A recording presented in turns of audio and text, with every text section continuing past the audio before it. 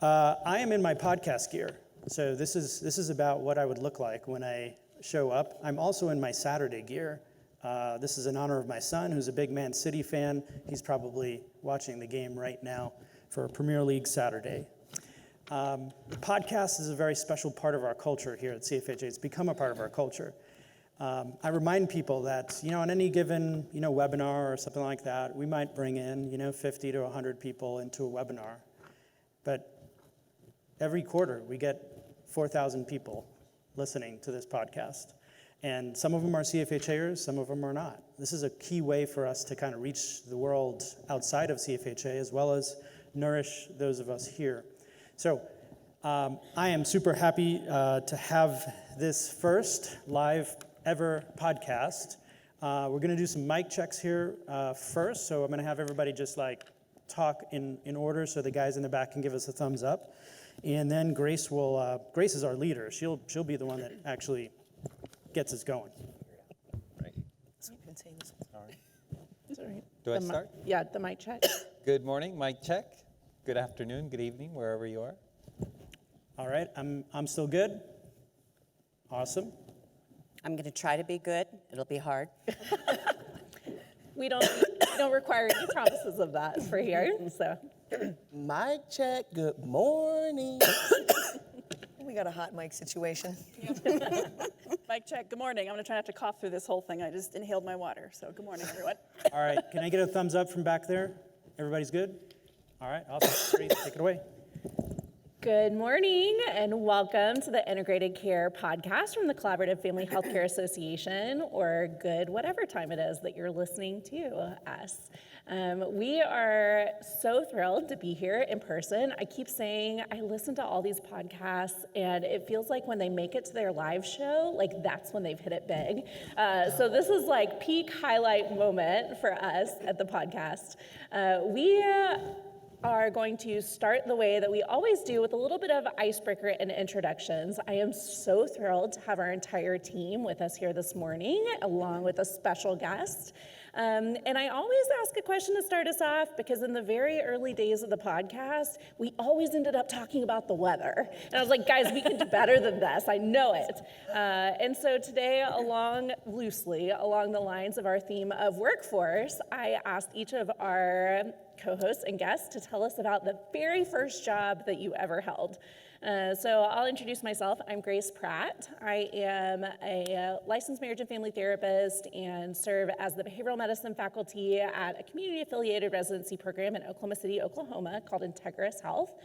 And my very first job was working in an after-school program at a school. I would get out of high school and then drive over to the elementary school and then somehow think I could provide some guidance to these children that were really just a few years younger than me. But my other first job was when I worked at CVS, and I had one of my most embarrassing moments there because I was trying to do everything right, and I was working the cash register, and it was one of my first days, and someone came and wanted to buy cigarettes, and so I grabbed them, and I turned around, and I asked him to see his ID, and this 55-year-old man he was like, okay. I was just trying to follow the rules. So that was one of my interesting first job experiences. So we usually go around the circle in Zoom. I'm going to have us go down the table today. So at the end, if you would start by introducing yourself, Jen. Yeah. Okay, hi, I'm Jen Thomas. I'm a family med physician and medical director of integrated behavioral health at Morris Hospital, which is a small community rural hospital about 2 hours southwest of Chicago. So I'm the newest member of the podcast. It's very surreal to be on a stage with these people. I've been fans of them since 2019 and listening to their voice on my drive to work, so it's very bizarre to be here and really flattering. But yeah, so my first job, let's see, I was rural Illinois, southern Illinois, basically Kentucky. My first job, I was 14, so I don't know if that was even legal. My older sister got me the job. It was at the Sarsaparilla Pony Farm. So some ingenious woman had a farm and some ponies, and her business model was birthday parties for kids. So we were the workers with bright red shirts and the little bow tie, like the cowboy tie with the big, skull or a steer head on it. But we would take kids out around her farm on pony rides, and then we did some cowboy-themed birthday party stuff. So it was a great chance to work with the horses and groom them, and we got to clean out their stalls. So it was very, salt of the earth type of first job. Learned a lot. So yeah, it's great to be here. My name is Bridget, and I'm a licensed psychologist by trade, BHC, and I work at Community Health of Central Washington in Washington State. Not the greatest time for my voice to give out, but here we are, it's fine. But even less riveting, next thing I'm about to say is my first job was drying cars at car dealerships after somebody else pressure washed them. Like, I didn't even get to pressure wash these cars. I feel like I would have liked that. But yeah, we had these chamois towels, that Stacy and I talked about earlier, and I taught her something important about what a chamois towel is. And you just basically go around and sop up the water from the car dealership cars. So that's what my first job was. It's not too late. It's not too late. You know, I have these days where, you know, like when things are very ambiguous and you're not really sure if your work day is done. But at that job, you had the car and it was wet, and then It was dry. and then it was dry. So I have fantasies of still doing that. I don't have my car here, but listen. Hey, If you need that. you let me know. I just want to say that's a common phenomenon in this line of work where there's so much that's left undone sometimes, or just sometimes the complexity of doing the work. I can't tell you how many times I've gone into like Starbucks, or I'm checking out at the supermarket, and I'm like envying that checkout person. Dang. You just them like out. did Clock out, this, you're done. you slided my stuff through, you took my money, and you're done. And then at the end of your day, you're not thinking about this job. You're just going home. Makes me feel better. Thanks, Neftali. Yeah, all the time. All right, well, I am up. Good morning, afternoon, evening, whatever time it is when you're listening. My name is Monica Williams Harrison. I am a licensed clinical social worker by trade, but I am a clinical trainer and practice coach with the University of Washington's Ames Center.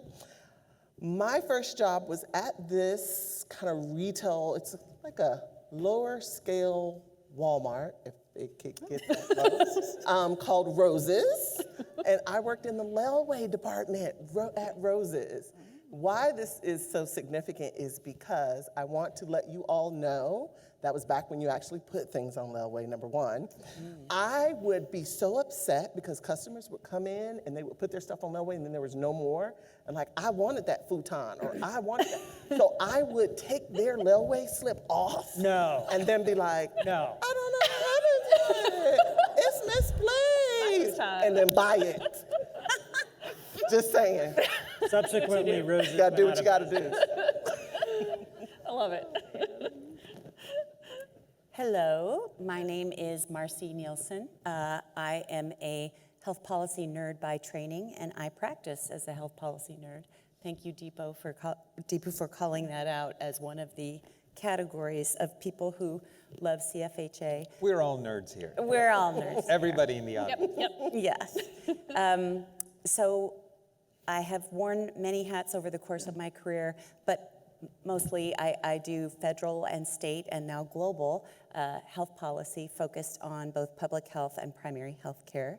My first job at the age of 12 was to detassel corn in the cornfields of Nebraska. And if you want to know what that is, basically you're preventing corn sex. So look it up later, and you'll. Parts are in the. Who knew cornfields could be so sexy? It's true. Yeah. I think I have lots of thoughts around that, Marcy. Yeah, Okay. Yeah, all right. So, hi, everybody who's listening. I'm Neftali Serrano, or Neftali Serrano, whichever way you're able to say it. And I'm the CEO here at the Collaborative Family Healthcare Association. And my first job was pretty unremarkable. I was a reading tutor at a center for kids who had trouble reading. What was more remarkable about it was this picture I have in my head of like what I was wearing on the first day that I went, because this was the early 90s, and I had this purple suit jacket on, because that's just what you wore in the 80s, and this like pastel-y type blend of ill-defined colors for a tie. And for some reason, that just sticks with me that I just went to work, my first job, in that weird getup. And I think about what my kids would say right now and how embarrassed they would be that I I'm wore impressed you that. put a tie on. Yeah, dress for success. Well, I was, it was my first job. I didn't know any better. I just thought that's what you wore. I don't think I wore that subsequently to the work, because I realized as a reading tutor, you don't really need to dress up like that. But Keeping it professional. yeah, that was my first job. All right, good morning. Deepu George. I work at the University of Texas Rio Grande Valley in McAllen, Texas. Work in the family medicine department. My first job, I had to invent it for myself. I moved from the US back to India in '98. Let's just say the schooling system here and the schooling system in India are in different wavelengths, and I was way underprepared to enter junior college in India when I went. So the way teachers taught was they would dictate notes and you are basically writing. All of my colleagues were super speed writers, right? So they were really quick, and I always fell behind. Case in point, I failed all my exams in that first semester, right? Because I just didn't know what to do. And my most notorious class was the history professor. He would literally just get in class, and everybody would have their pen and paper, and he would just start dictating, and then everybody would be writing. So I went up to him one day and I said, "Sir, I noticed that you already have your notes, and I noticed that I struggle taking notes. Could I type them up for you so that we can just print it and distribute it? And then the photocopying machines near my house where there was a business, it was about 1 rupee cheaper than where my university was. So I would type it, print it, get it copied and bound, and I would sell it at a higher price to my classmates." So hustle from day one, you know what I mean? That's awesome. I love hearing that. I love every time learning more about our colleagues. So we typically do our introductions, and then we also have a moment for news and notes. So I think, Neftali, there was something that you wanted to feature there? Yeah, so yes, and we should give a shout out to Kevin Radine. Yes. So Kevin Radine is the editor of our podcast. So he's listening to us right now as he works on the editing here. So shout out, Kevin does a great job for us. Yeah, we miss you, Kevin, and we look forward to seeing you. News and notes. So Kevin sometimes puts some music here. News and notes. Just keep an eye out for a spring CFHA virtual event. We're going to put it together as sort of a best of event. We're going to take some of the sessions, some of the highest profile and highest attended and valued sessions from this conference for those folks that weren't able to make it, because we miss our buddies that weren't able to be here. And for those of you who just, because the funny thing about an in-person conference, there's a lot of things that are better, but the thing you can't do is actually see multiple sessions, right? So some of you may have actually not seen some sessions, wanted to go to them. You're going to have a chance to kind of hopefully get to those in our virtual event coming up this spring, so keep an eye out for that. The other note that I wanted to share is that listen to the podcast. You can download it anywhere there's podcasts, and it's called the Integrated Care Podcast. If you're not a regular listener, we'd love to have you. But also, usually we feature a special segment, and we've been doing a series of special segments lately that I'm calling Voices of Integrated Care, or Voices of CFHA. So if you have an innovative idea or a cool project or a passion area that you want to share with us and think would be a great fit for the podcast, send me an email. I'm on the listserv, or you can find me on LinkedIn, or Neftali can put you in touch with me. But we want to get just, a 5 to 10 minute slice of what you're doing and include you on the podcast. So I want to put that plug out there. But now I want to transition us to our primary topic. The theme of workforce has been so prevalent in this conversation and in this conference, and it's something we wanted to talk about further, but we also wanted to look at it from a lens of what's happening in policy, and how does policy connect with what's happening on the ground? How does policy make a difference for our workforce development and sustainment? And what does it look like to advocate for policies that are going to make a difference there? And so that's why we have Marci here with us today. We've brought on an expert, and then we're also going to share all of our lovely opinions, as we always do. But I just kind of want to open us up broadly with this question of, to me, a small fish in the big pond, policy always feels really abstract and scary and just like this big, big thing.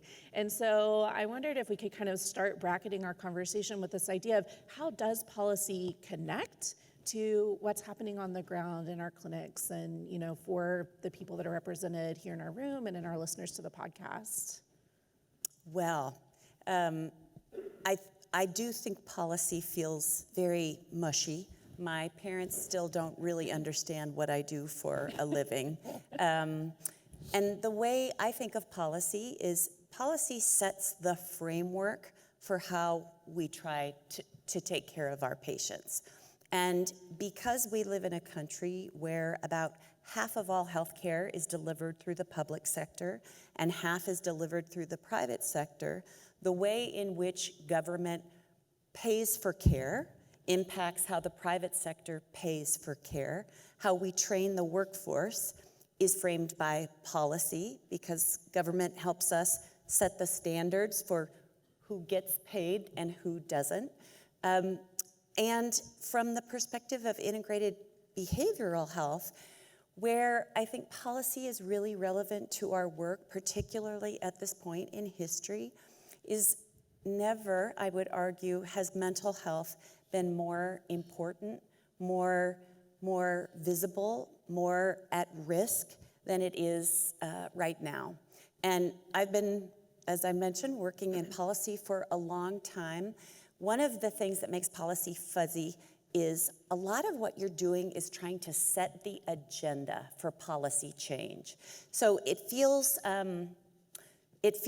icky. I once had a very nice man who was dressed in his military class A's, sat next to him on an airplane ride, lovely conversation, and at the end of the flight, he said, "And what is it that you do for a living?" And I said, "Oh, well, I'm a lobbyist." And he said, "Your mother must be so ashamed." And so I tell that story because policy is sometimes misunderstood to be this sort of icky, uncomfortable, sneaky way of going about trying to get what you want. But really, policy is, I would argue, two things. One, it's that framework for how we do our work, but advocacy is really where I think this organization can help us, particularly in the United States, where we so need to be cognizant of the mental health crisis that's happening, and you all are the perfect people to help us figure out how to increase access to care, and that comes back to workforce, because we need more of you taking care of more of us. So, Marci, there's so many directions to go there, and just for context, like, you have taught me so much, Marci. Pretty much everything I know about policy, I feel like my conversations with Marci over the years have been instrumental. But I think one of the questions I have for you, you mentioned how important this moment is, right? Can you clue me in as to why this moment is so special? Because we've had a mental health crisis for a long time, right? So that part's not necessarily new, but somehow, you probably saw the HHS reports came out mid-September, right? Somehow this is filtered all the way up to the, office of the president, and they're saying now the things that we've been saying for a long time, that in order to solve the mental health crisis, we actually have to adapt policy to integrate physical and behavioral health across the entire spectrum of services. So that message started amongst, our community and other adjacent communities and made itself up there and got noticed. I'm just curious, can you detail how that happened? Like, how did the president and his office and HHS, how did they get this? Well, I can give you the cynical and the not so cynical perspective. The not so cynical perspective is it is hard to get on the radar screen of policymakers until you have an emergency. It's just the nature of how elected officials work. And although it is absolutely true, we have had a crisis in mental health for years, if not decades. It was someone else's crisis because there weren't enough, apparently, there weren't enough people arguing for the critical need of mental health services. And without going too far down sort of the academic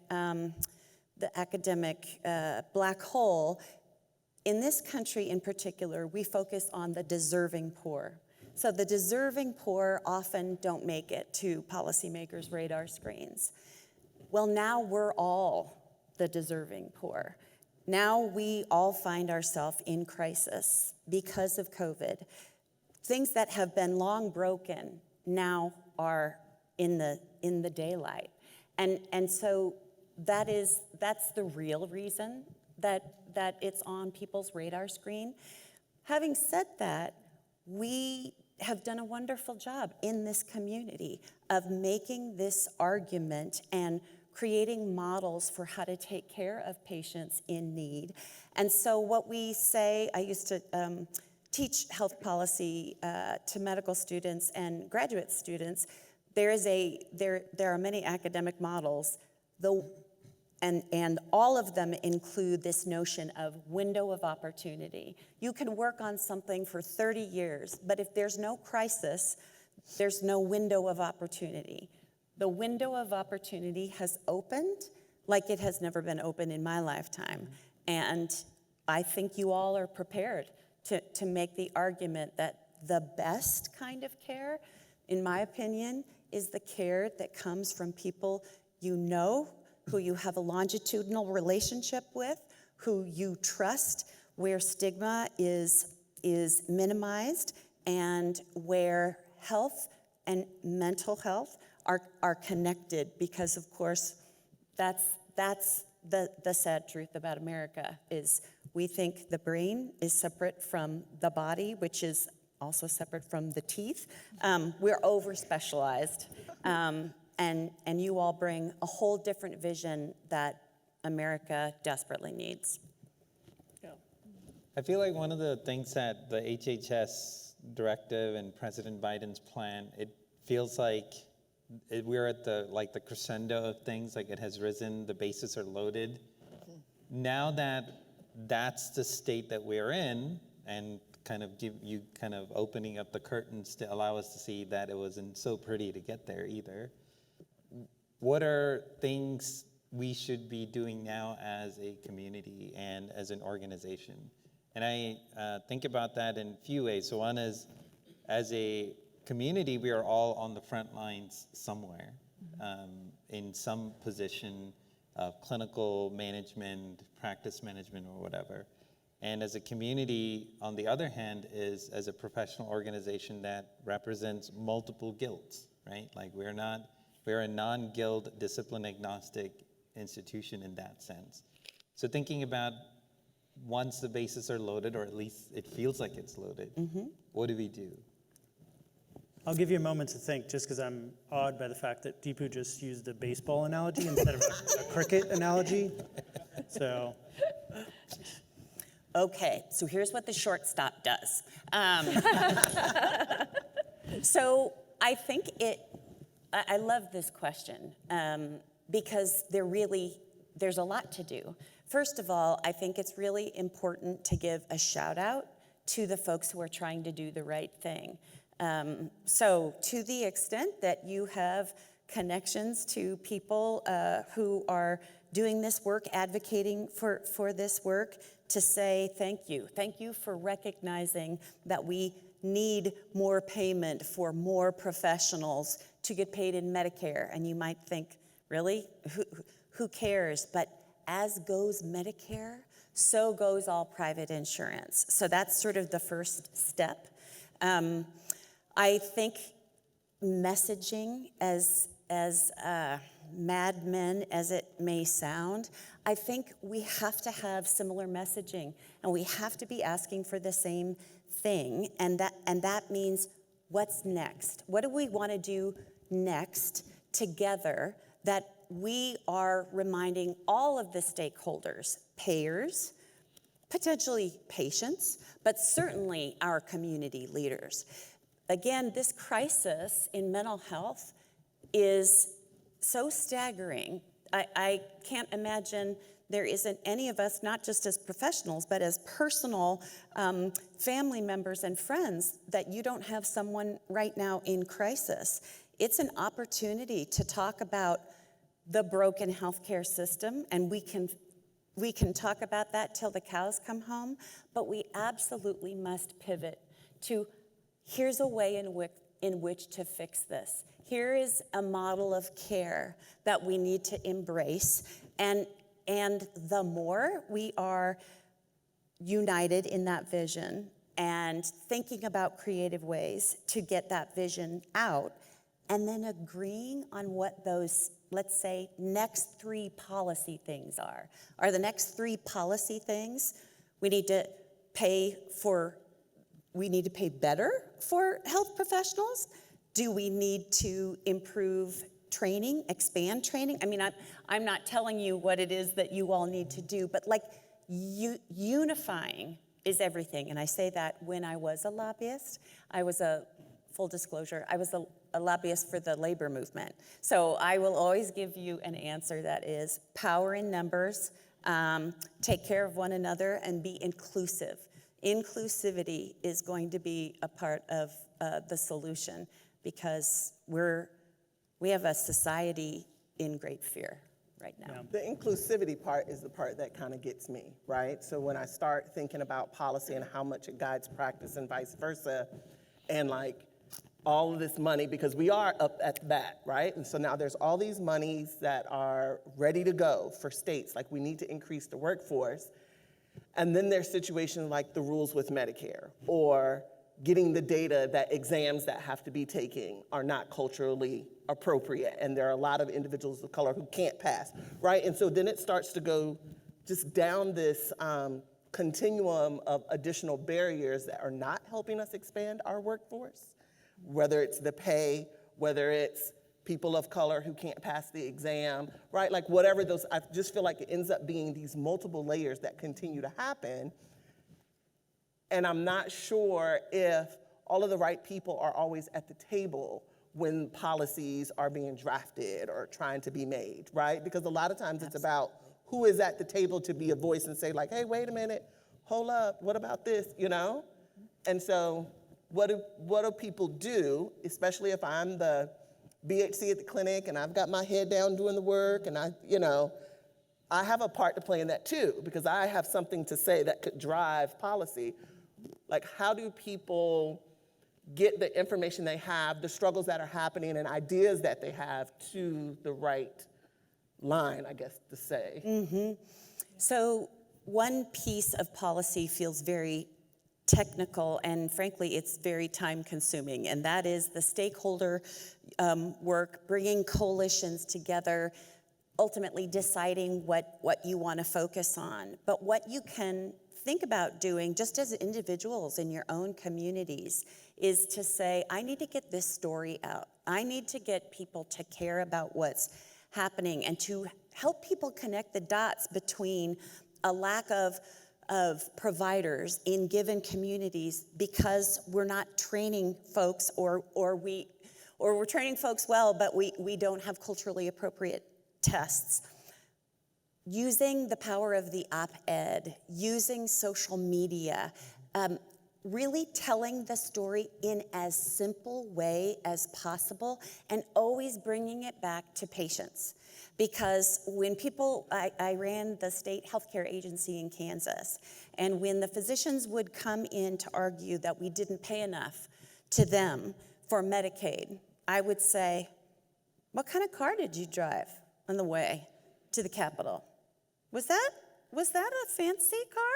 Because you're arguing on behalf of you, and I need to understand as a policymaker, how does this help patients when you are paid appropriately? Because that's ultimately what it's about. So being able to talk, Monica, about here are all the patients who don't have access to care because we aren't getting creative about ways in which to train a community to take care of them, right? That part I just can't emphasize enough. The story needs to be about the people who need services and how we're best positioned to take care of them. Yeah, let me add something else that I learned from Marci years ago as well, is because she gave that exact same spiel to me. Messaging is so stinking important, but it's hard because what oftentimes when we talk policy, especially as clinicians, for the folks in the audience that are clinicians, we're actually complaining, right? But complaining is not policy. Policy is getting down to the nitty-gritty of what is the change that you wish to see, and how should those that govern, whether it's by law or by regulation, how should they operationally shift the way that they are governing or overseeing, right? So if you can't get down to that level, then if you're sitting in front of, if you have a place at the table, you don't have a message. You don't have anything operational that they can actually do, right? So part of that is just figuring out what it is. Now, a lot of times, what you'll find, and we know this through our technical assistance services, we'll go in and a clinic will be complaining about something that gets in the way of their integrated care services. And in their minds, it's a policy issue. A lot of times, it's not policy. It's actually just clinic operations. It's a health system policy issue, not a county or state issue or federal issue. Or a lot of times it's just a stinking guild issue, right? A good example of that is work that Jeff Ryder and others have done with the American Psychological Association to help clarify the ethics code. Because a lot of people believe that the APA ethics code is like law. And they interpret it very strictly, and then they say, oh, well, we can't do X, Y, and Z in integrated care because the APA ethics code doesn't allow us to, right? So that lack of clarity around what policy is, and then the lack of clarity around messaging is really super huge. So I think the challenge for us is you have to clarify for yourself, what is it exactly that I need to be changed in the way that my practice is governed? And who is the one that oversees that I would then need to leverage? And then that question comes of, how do I get to that table? And how do I start telling the story so that others can come with me to that table and have that strength to come to that table? All right, I'm talking too much, but there's a really great example here of how that happens in a discipline standpoint. And I know this because of my wife. She's an emergency medicine physician. It's really fascinating how emergency medicine came to be as a profession. A big part of how it happened, it's one of the newest specialties in medicine, came about in the 1970s. And one of the big ways that it came to be was because a TV show happened called Emergency with an exclamation mark. And it was just a Hollywood TV show. You can imagine the Chips type feel to the show, a 1970s kind of feel, for those of you who remember those. I just saw Chips on reruns. I was I have no idea what they're talking about. Yeah, we've talked about your different viewing habits as a kid. Yes, Deepu. But this show popularized this idea that when you had an emergency, you would go to the emergency room. And the reason it was called an emergency room, because it was literally, in those days, it was a room in the hospital. And actually, in those days, other specialties would man the room. So you could have a psychiatrist actually manning the emergency room. You could have an internal medicine provider manning the emergency room. But they realized, wait a second, that's not really good care, because you don't have a specialist that helps save people's lives in times of crisis available in the emergency room.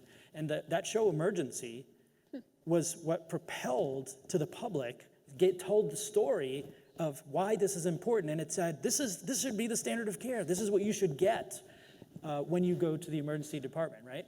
That's the kind of story I'm passionate about, getting the public to feel like, hey, every time I go to primary care, I should be able to turn to that physician and talk about my whole life, and then have that physician have the support I need right there for me immediately to work with those pieces of me that I bring that are just as important as the physical health pieces, right? Couldn't agree more. Yeah.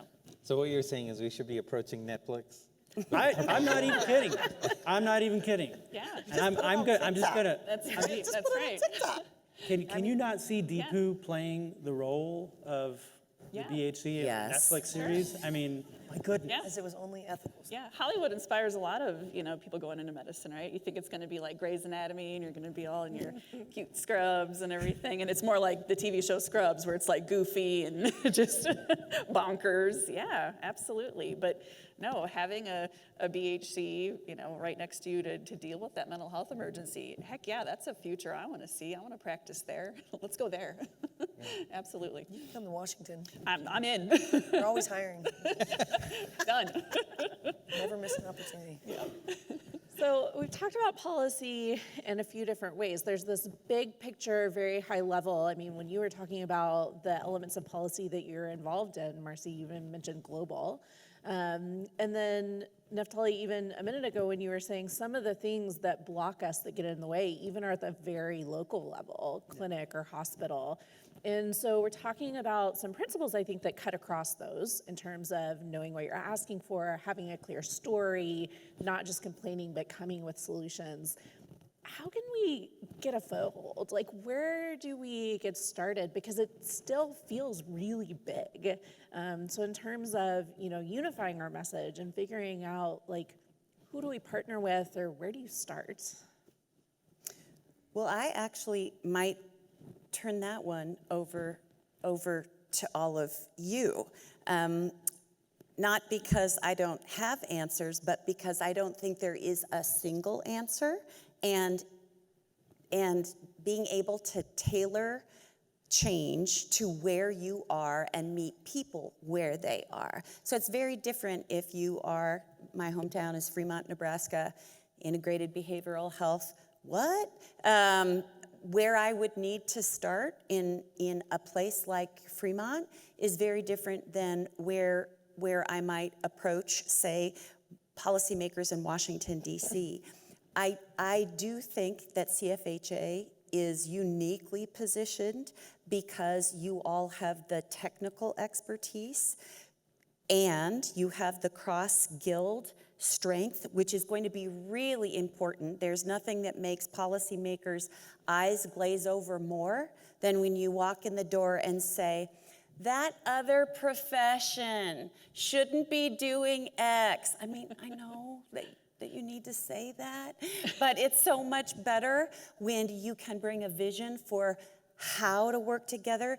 Policymakers need solutions, far more than they need problems further elucidated.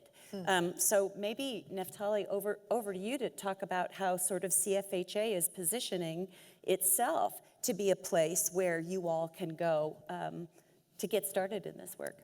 Yeah, so one of the ways we're doing is just by starting a policy, sort of like a policy SIG or a policy work group. And Julie Geiler on staff is bringing together a cohort of folks. In fact, she has a session at the conference later today for those of you who are here. So those of you who are not, you can email Julie and become part of that group. And what our goal is there is to actually empower folks to gain the skills to advocate where they are, right? So we're not yet marching on Washington, right? Yet. But that's yet, right? But we want to have a group of folks who are adept at that messaging piece, right? And that starts where you are. So I would ask, and maybe I'll ask the rest of you guys, right? So what are the things right close to where you are, right, that irk you about the work you do, that keep you from doing the best work you can do for your patients, and that keep your care teams from functioning at the highest level you think they can function? And then start breaking that down and say, what's the messaging that I need? What's the fix here that I need? and where do I go to make that happen, right? So let's run this as a little test here, okay? Because this is the kind of thing that Julie and that group are going to work on to build those skills up. And then at some point, what we want to do is then partner with organizations that have those established relationships and voices. This is Marci and I have talked about this many, many times. This is her ideas. Go to AMA, go AFP, go to American Academy of Pediatrics, et cetera, and have us partner with them to do that work when it relates to bigger issues. But I'll throw it out to you guys, right? You think about your work day in, day out. What are those things that keep you from doing the best work you can do? And can you clarify for yourself, what is it that I want changed here? What would be the message that I could send if I was at the table with a stakeholder, right? So just throw one out. I mean, what would that be? Yeah. Payment for LMFT and LPCs and LMHCs. Okay, all right. Okay, so tell me a story, Bridget. Tell me a story about why it's important for you in, Central Washington to be able to hire those folks and have them be reimbursable. And by whom, by the way? Reimbursable by whom? Reimbursable, what By was the Who should pay for them? Medicare and private insurance should pay. With the workforce, we need all hands on deck, and LMFTs and LMHCs are ridiculously qualified to do this work. And I won't say what the other thing I was thinking about. With the way the current... Go on and say it. But because we don't want to say about other guilds, it's just interesting that medical, you get paid, and then an LMHC, an LPC, an LMFT, somebody who spent their entire training looking at family systems and behavioral change, we're not going to reimburse that, but if you were to walk into any other qualified medical provider, it's good to go. And then it makes it more difficult for my budget, because if we're basically eating cost, and then I'm making the argument to my organization that we need to pay folks better so we can attract folks and retain folks. And they're like, well, but if you look at the budget, and look at the budget. So then it just keeps going around and around in this circular reasoning. Well, we can't pay them more because they don't get reimbursed. And so then, and then less folks are incentivized to go into the field. So we're not getting as many people coming into the field, and really, really good folks are taking different routes really late into their career. So, and it affects, like you were saying, the patients, boots on the ground. Every single day in a primary care clinic, somebody walks in. Actually, if you just walk out to the waiting room in the morning, 75%, maybe 100% of them would benefit from a consultation looking at their health behaviors and how we can, get themselves going on the path that they want to go. So, we're leaving a lot on the table here. Yeah. Absolutely. Yeah. So could I maybe I feel like I'm a doctor now. I mean, sort of. I hear that story, and as a policymaker, Tear it up. I would, here would be my advice to you as a former policymaker / staffer. If you could tell that story in the framework of, here's our community, here are all the people who either don't get care or get care too late, who would benefit from having better access to qualified clinicians. How do you get qualified clinicians? And you need to, here's where both telling a story as well as having some data serves you. So here's what we pay in Central Washington for these kinds of providers. Here's what, here's the, and this analysis is always back of the envelope, but here's what benefit we provide to the community. Here is an estimate of the hours of work we lose because we don't take care of people who need our help, right? So to have some numbers, and then to be able to tell a personal story about a a wonderful person that you wanted to hire who had energy and passion, and they slipped through your fingers because you couldn't pay them enough. And right? So like combining, here's the problem, here's an example of the problem, and this part's the hard part, here's what I suggest for how to fix it. And that's where combining your efforts around a single, or let's just say three particular solutions you want to elevate so that people are hearing the same solution over and over and over. I would argue that the Biden roadmap for integrated behavioral health and many of the changes that they're advocating for in the physician fee schedule are because those were the things that people kept hammering. And the reason that the Biden administration can do that, those are all regulatory changes. So if you actually wanted to really get creative and crazy, you'd go to Congress and you would be able to change the law. But to the point you made earlier, Neftali, we're not quite ready to march on Washington. Man, that was a long answer. I am so sorry. So I would add the specificity that I find helpful is at the tail end of that solution thing is actually go to the specific piece of the regulation that needs to be changed, because sometimes you just have to remember that these people are people. They go to work, they go home, they got kids, they got stuff to do. So if you tee it up easier for them to say, look, line 32 of this regulation is our problem, right? So that story I just told you, if we adjust the language in line 32 to X, Y, and Z, I'm going to walk away happy here, and we're going to get the job done for your constituents, right? Or a lot of times it's not even you're talking with a representative or something, you're actually just talking like to a state Medicaid office and some sort of bureaucrat in that office. And what's going to make that bureaucrat happy is like, make my job easy, please. Yes. Like, just tell me what you want, right? Write it down for me, right? And then get it down to that level. And that can be a little bit daunting, so you got to do a little research. Like, what is the specific issue here? So that's exactly right, what happened with those Medicare rule changes, right? It's just people kept hammering home, hey, we can't pay for these LMFTs, we can't pay for these other folks. And it became pretty easy to identify where the regulatory space was to make that change. And then somebody, I don't know who it was, I'd like to know who got creative with it, because I think what was holding us back all these years, and some of us should be kicking ourselves, is that we were trying to change the law. We were trying to go to Congress. Like AMFT was forever putting every year, advocacy behind, let's change the law, Medicare law, so to do that. It's like, dude, we can't change Medicare law because Congress doesn't like messing with Medicare like that.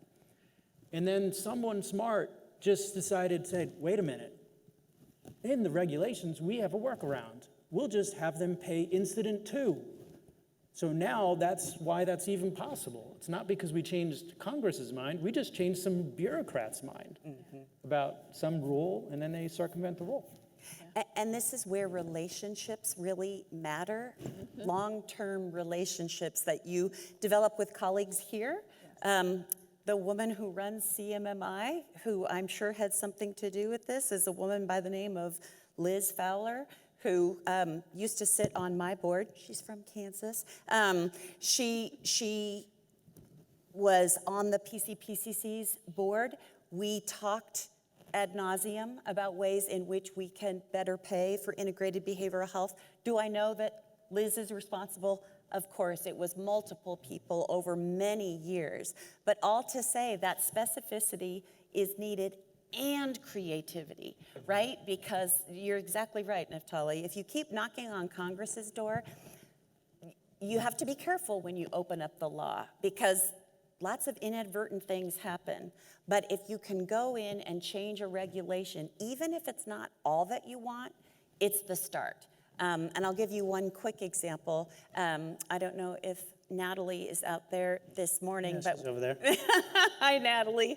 We were having a lovely By the way, hold on. I just have to give a shout out to Natalie Lefkovich, who's huge CFHA. She is the belle of the ball. She's a goddess in my eyes. She has the world's best hair. She does have the world's best hair. It's absolutely true. It's absolutely glorious. And she has been my mentor in all things administration of these sorts of communities and clinics that are trying to do this hard work. So we were having dinner last night. Sorry, Natalie, I'm about to out you. And at the end of the evening, I started talking about the window of opportunity and policy change, and Natalie was like, ugh, I'm so over all of the work that's required for policy change. And she didn't really say it like that. She is so much more dignified. But you know what I'm saying.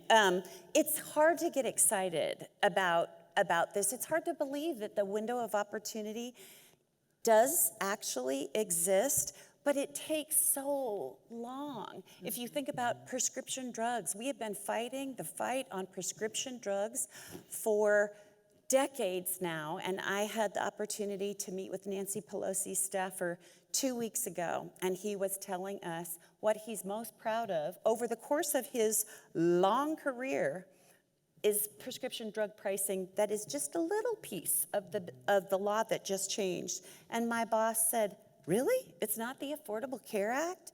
And he said, the Affordable Care Act took years and years and years and huge coalitions. We got that prescription drug pricing thing. They didn't think we could do it. He was very much behind it. There was a window of opportunity that he leapt through and didn't give up. And that is where we are right now with behavioral health and mental health services. Everybody's kids are being impacted. Everybody has a coworker who is in pain. Now is the time to double down. And I'm sorry because you're really tired, and thank you for caring for us, and I love every single one of you. I'm not a therapist, but I am a grateful patient. I think we lost the chat a while ago, but something that we've been talking about in here is what free time, like this happening in terms of we have clinicians who are just strapped and burned out and have very slim margins, and finding the energy for the fight, because it feels like a fight, even as we're talking about partnering together and like finding where those values align and connecting around mission. Sometimes it really feels like a fight, and that is pretty exhausting on a group of people that are already exhausted. And I just want to acknowledge that. I don't know that we have much to help with that, but it's tough. Well, some of it might be reframing it as not a fight. I think that's part of the issue, is that sometimes when we think about policy, we think of an enemy. And yes, I'm not naive to think that there are bad people in the world and that there are bad leaders in the world. And I think when we approach policy, when I think of policy, I think about interests. And different people have different interests and agendas. It's the same way when I walk in to see a patient. Right? I might have an agenda, I might have a worldview, I might have a way of thinking about things, I have my own background that I bring to the situation. But I have to interface with that patient genuinely.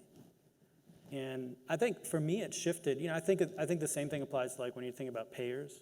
We think of payers as evil, right? Sort of like they're just below oil companies, right? And I just think that's the wrong way to approach everything in life, right? To think that it's you against them, as opposed to you bringing your authentic self, prepared to engage, to hear, and to have an exchange with that other individual on as genuine a level as you can, and be authentic to yourself. In other words, you're not going to be a pushover and not bring your full authentic self, but not position yourself against those forces. And I know that's hard because it feels like you're swimming upstream when you're doing this kind of work all the time. But for me, that's what keeps me engaged and positive about it. I just reframe it for myself. I'm like, they're not my enemy. they're just like that patient that is at a different place, different stage of change than I would like them to see. But I'm gonna engage them, and I'm just gonna, I'll use a contextual interview. Right. Yeah. All right, so I think that's part of it. And with you, Grace, I do recognize that it is challenging, it is hard. But I think the practice, I like to break this down to the nitty gritty. The practice at the local level is really important, because where I learned to kind of, other than being mentored by Marci here, other than where I learned my policy stuff is really just like as a BHC director, like learning how to talk to my CEO, learning how to talk to my CMO, and learning how to understand them, understand their world, so that I could get the change that I needed at the very local level. I think if you can't get your stuff done on your local level, I mean, you don't have a shot, right, beyond that point. Yeah, I think it was the same way for me, kind of recognizing as a BHC that there needed to be something different, and I had to take some part in it, and there was not a lot of free time, because no one's paying you for this kind of stuff, unfortunately. And then deciding, you all can't see what we wrote in the chat, but one of the things I said is some people are taking up space at the table that need to go. They don't need to be at the table any longer. They need to get their seat up. And that involves us going out on a limb and trying to so I ran for the board for the National Association of Social Workers for that reason. It's a guild. There needs to be more education about integrated care, even within my guild, right? And there's work I have to do within my guild to even get to some of the larger scale policy stuff we're talking about. But it would have been very easy to just be like, oh, all right, well, someone else has got it. But I needed some people to get up from the table that didn't have anything to offer. I'm just curious, Mike, because we haven't had a chance to talk about this. Like, what your experience has been being on that board? The part I can tell you, I've learned so much more. Monica, it's just between you and me. Yeah, and all of these millions of podcast listeners. I've learned so much about policy and the behind the scenes stuff. Even like when you're talking about payers, I don't see them as the enemy. I've had an opportunity to have conversations with payers, and I understand the level of things that they have to go through to get something changed is freaking insane, right? And so everything now for me is in a different type of a context, right? But there's also, I mean, I'm not saying Marci has to say it, but so I'm just gonna say it. What I've also learned is there's a lot of elbow rubbing too that is happening behind the door in policy, right? With our guilds, right? But I'm okay being at the table and saying, well, no, like just make sure before we sign off on that, here's what you need to know about integrated care, so that we can make sure we have a clear understanding before we sign that we're gonna support ABC, right?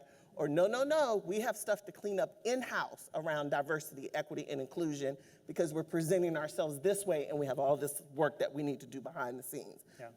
So I'm okay doing that. I recognize, though, that there are a lot of my colleagues who maybe are not. Right. But there are things even on your local level, on your state level. But I'm telling y'all, there are people at the table that need to get up, and they're not gonna get up unless they are challenged. Well, and actually, there's a really practical example that just happened this weekend, right? The AWSP, I think, exam issue.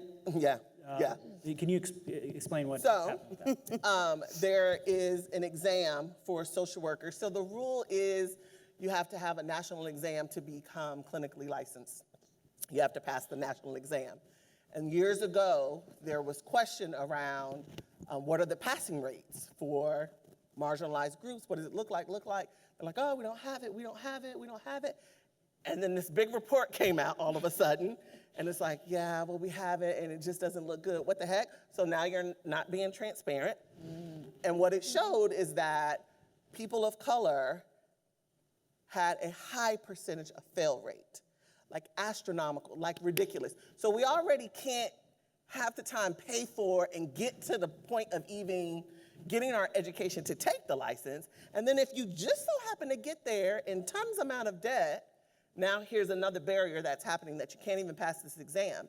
And colleagues who have gone to historically Black universities are learning not about just the white individuals in our guild that got us here. They are learning about the people of color. They are learning about the indigenous individuals that got us here, but none of that is on the exam, right? So the exam is not culturally appropriate, and those people who got that type of training because they wanted to be at a university with people that look like them, there's a high percentage chance they're not gonna pass. Yeah. So they're not gonna be the constituent that's here, the new attendee, Rebecca, who was like, oh, we had great applicants. They're not even gonna be sitting at the table to interview with you because they have not even been afforded. And this is an exam that's not just like clinical license. We're talking about there's some bachelor's level licenses, right? So we're talking about the continuum of the workforce because we do need to start engaging not just the licensed people, right? Like we have bachelor's levels, associate's level, community health worker. Like we need to engage the entire continuum, but there has to be a license that you pass or certification test that you pass, and it's set up for us to not be able to pass. Yeah. That's problematic, and the fact that you were not transparent about it Yeah. from the start when asked is even more problematic. So now all of the guilds are like, ooh, distance, Yeah. distance, distance, right? Because that's not like, all of these things are not gonna be fixed overnight. I hope no one has that like pie in the sky thought process. But you have to start somewhere. You have to be in conversation. And most importantly, you have to be authentic and honest about it is what it is. It is what it is, and this is what it is, and here's what we're gonna try to do about it. And have conversation with the right type of people, and that does not always happen. And that is super frustrating. It really quite ticks me off. I actually talked to Liz. I don't know if she's here. She's probably in the bed still asleep, but I was talking to Liz about it because she's ticked off, and she's like, I need to do something in Utah. And I'm like, yeah. Talk to your people in Utah. Your university covers 5 states. This impacts your entire educational system workforce that you're working with. Yeah, talk to somebody. Well, Get yeah. the laws changed in your state so that people know that this is happening and it's a problem, because most individuals don't even know that it's happening.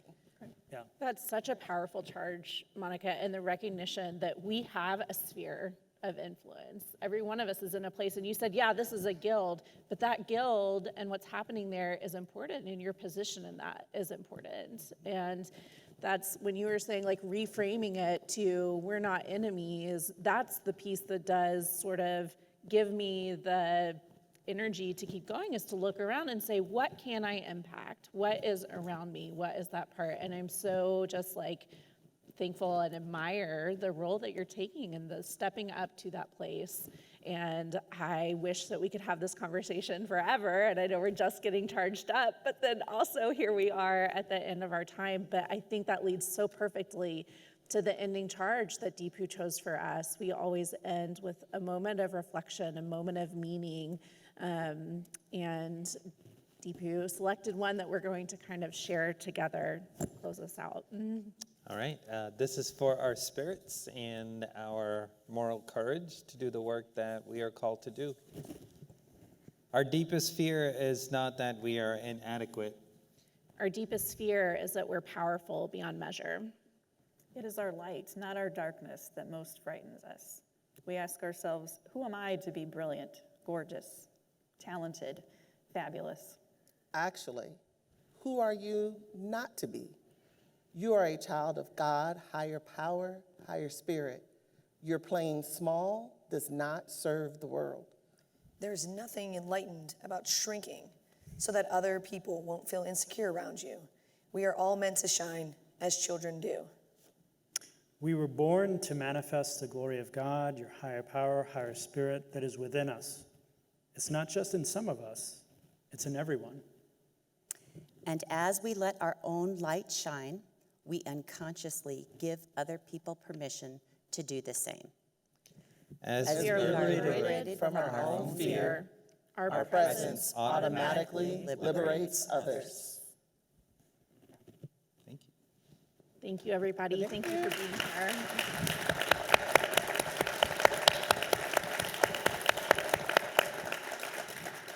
So this would be the point of the podcast where we then start like debriefing with one another. This is the weird part because we don't get to do that necessarily here, but we're so glad you got a chance to spend time with us today. And thank you all, podcasters, for being here today. I hope this has been fun for all of you. Thank you, Marci. Thank you, Marci. Yeah, thank you, Marci. Yeah. Thank you for inviting me. All right, folks, have a great rest of your day. We look forward to seeing you at lunchtime for a little short awards segment and just lunch relaxed.